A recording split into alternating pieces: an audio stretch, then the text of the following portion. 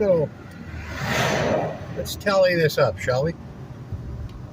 First of all, the Americans go in and control the poppy plants in Afghanistan, where the heroin comes from. All of a sudden, they legalize opiates for general use to get people addicted to it while promising it wasn't addicting. It wasn't disease causing. It wasn't devastation causing. It wasn't death causing psychoactive substance meant for pain, but it was all a big lie to take the heroin dealer out of the picture and put the prescription guy in place of him. And now that's exactly what's happened. The prescription guy has taken over for the heroin dealer. Now it's people dropping dead, not from heroin overdoses, but from opiate overdoses. There's not a heroin dealer around anywhere. I used to be a heroin junkie. I know what they look like. I still talk to the people. They're still telling me.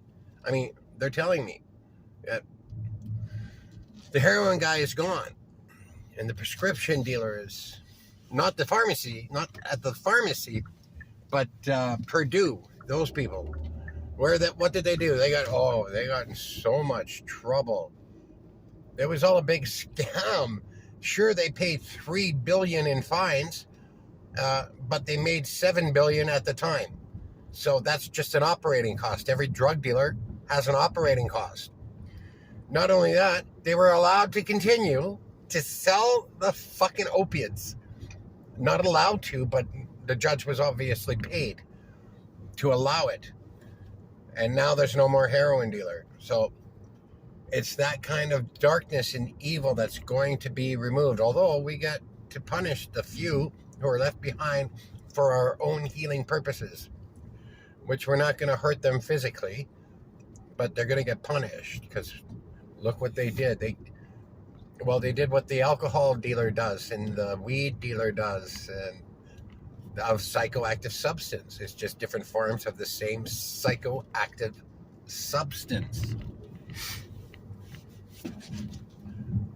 Addiction. You get people addicted and afraid, you control them.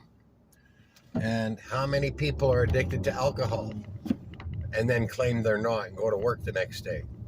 You're being manipulated. You're being puppeteered. And it's not a call to arms. It's not a call to stand up and go out there and protest. Oh, what a joke that is. I can't believe you people get off on protesting when the end result is always the same. Nothing gets done.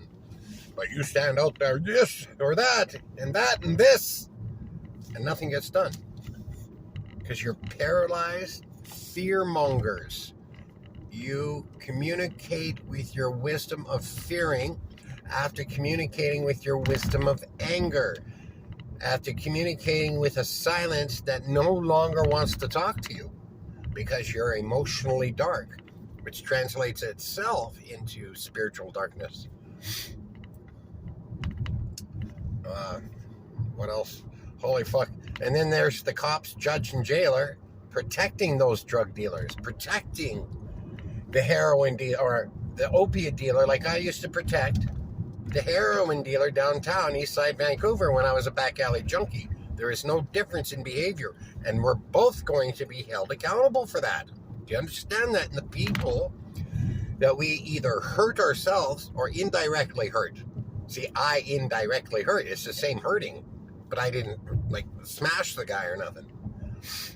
It's the same hurting to God. There's no, if it's not light, it is darkness. That's what Jesus said. It is black and white. This gray area and reasoning for the gray area is all the woman, the soul, left without the male, the masculine element to masculinize the feminine element of self before acting on that raw, open, emotional information that we receive in that silence. The emotional truth born in that moment is knowing the emotional heart in experience, in human experience between each other, in our relationship dynamic with each other. Doesn't matter, like me and the stranger over there. That's a relationship dynamic. If I went and spoke with that person, you see, it's a dynamic. That's what I mean. Some people don't understand it. I know I didn't know what it meant before I was taught. Anyway, what else? Stop being a fucking drug dealer. Can you do that? No. No, you can't. There's too much money, too much greed, too much evil, too much darkness. And it never comes unless through one avenue. All that stuff. The justification of darkening your own emotional truth before acting. Like the judge. He darkens his own emotional truth that says, no, I'm not the same thing as the street punk protecting the street heroin dealer. I'm different because it's opiates. It's killing more people than heroin, but it's still different. See how they rearrange the truth? They take a thin sliver of truth and claim it to be the totality of truth. That's the darkness element that people translate inside their hearts and calculate their heart's thought with the moment circumstance, with their wisdom of anger, fear, and darkness, not their wisdom of the purity form of their truth and emotional response. The algorithm of duality, motherfuckers.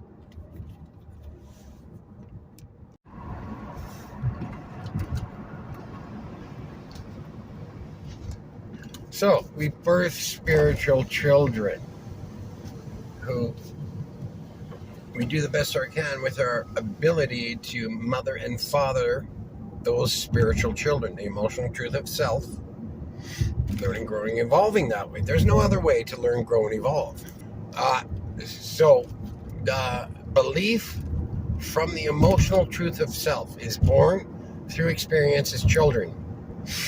And when your beliefs are healthy enough, because your treatment of your early child was healthy enough to birth and develop positive belief and trust in yourself, then you were good to go out into the world and know you had pieces of yourself that you knew and were relating to that made you feel safe, that you always returned to when things got ugly.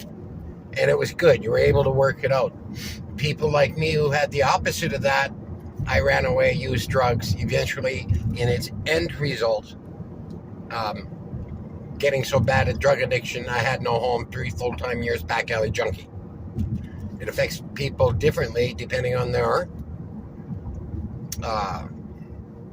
emotional programming that develops the core beliefs of self in experience in early childhood with parents or parental figures that the child needs to be loved from.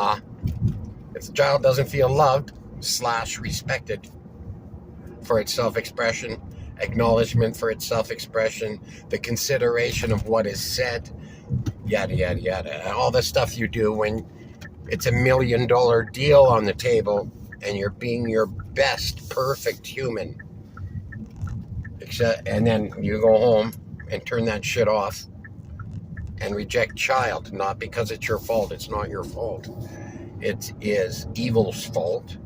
There are people on the planet now working with this information to turn us against ourselves by surrendering our belief and trust in self, and surrendering the new knowledge found in the communication between God, our self of uniqueness and life source, birthing those spiritual children. Now, what am I?